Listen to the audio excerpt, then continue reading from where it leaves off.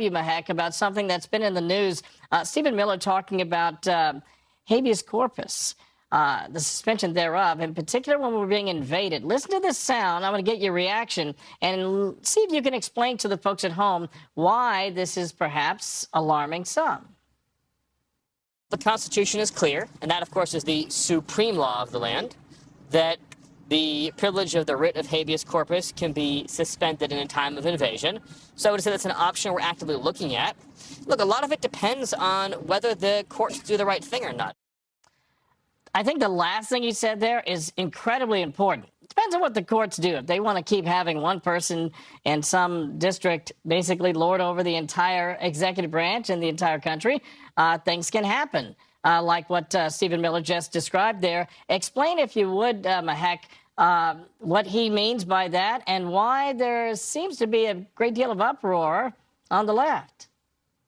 Look, Kevin, I think the first and the last line of defense today are our courts. And when you have judicial activism where courts aren't following the rule of law, then President Trump has to look at every single constitutional option, and it has to be on the table, such as suspending habeas corpus. President Trump has a constitutional duty to protect the American people under Article 2. That meant he invoked the Alien Enemies Act. He was swiftly trying to defend not only our borders, but the American people against Tren de Aragua and all of these threats that we've been facing for 4 years of public safety. The Supreme Court's decision previously has been misguided. The Supreme Court has told President Trump he needs to pause and allow for these trials to occur for every single illegal alien. But at the end of the day, it's public safety and national security that's going to trump habeas corpus. So I believe under the suspension clause, it specifically states, if an individual, if a president is looking at an invasion or they're looking at rebellion,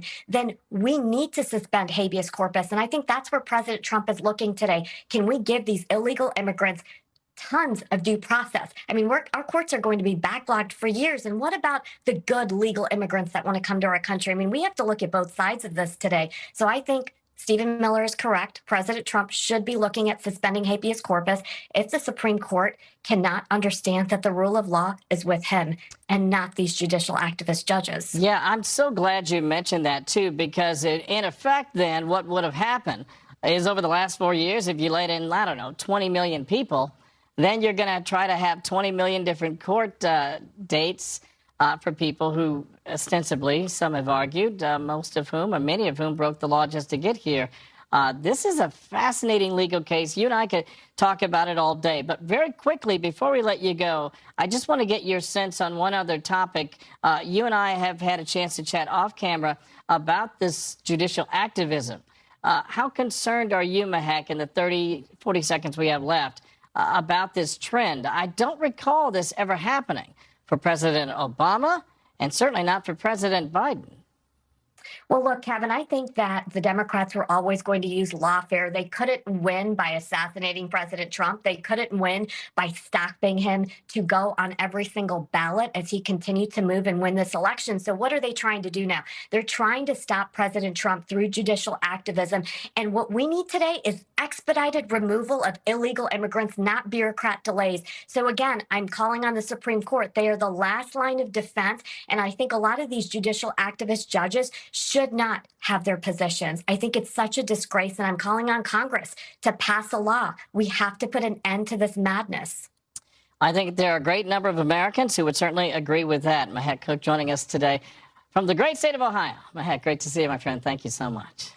Thank you.